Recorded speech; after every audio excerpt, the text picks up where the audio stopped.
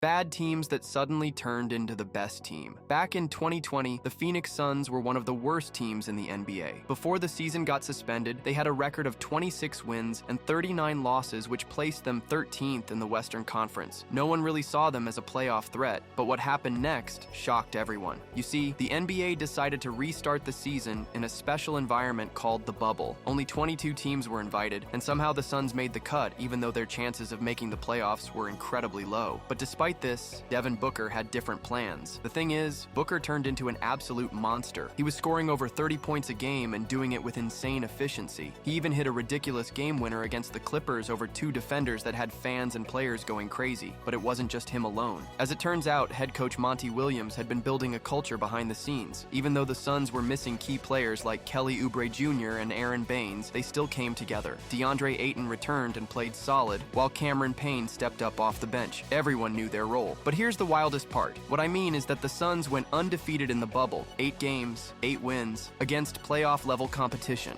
No one could believe it. This team that looked below average all year were suddenly the hottest team in basketball. But sadly, their story doesn't have a happy ending, since on the final day, they needed help from either Portland or Memphis to lose their game, as the standings had the Suns just out of the playoff picture, but both teams ended up winning, and the Suns were eliminated, but this run set the tone for them to be one of the best teams in the league for the next few seasons.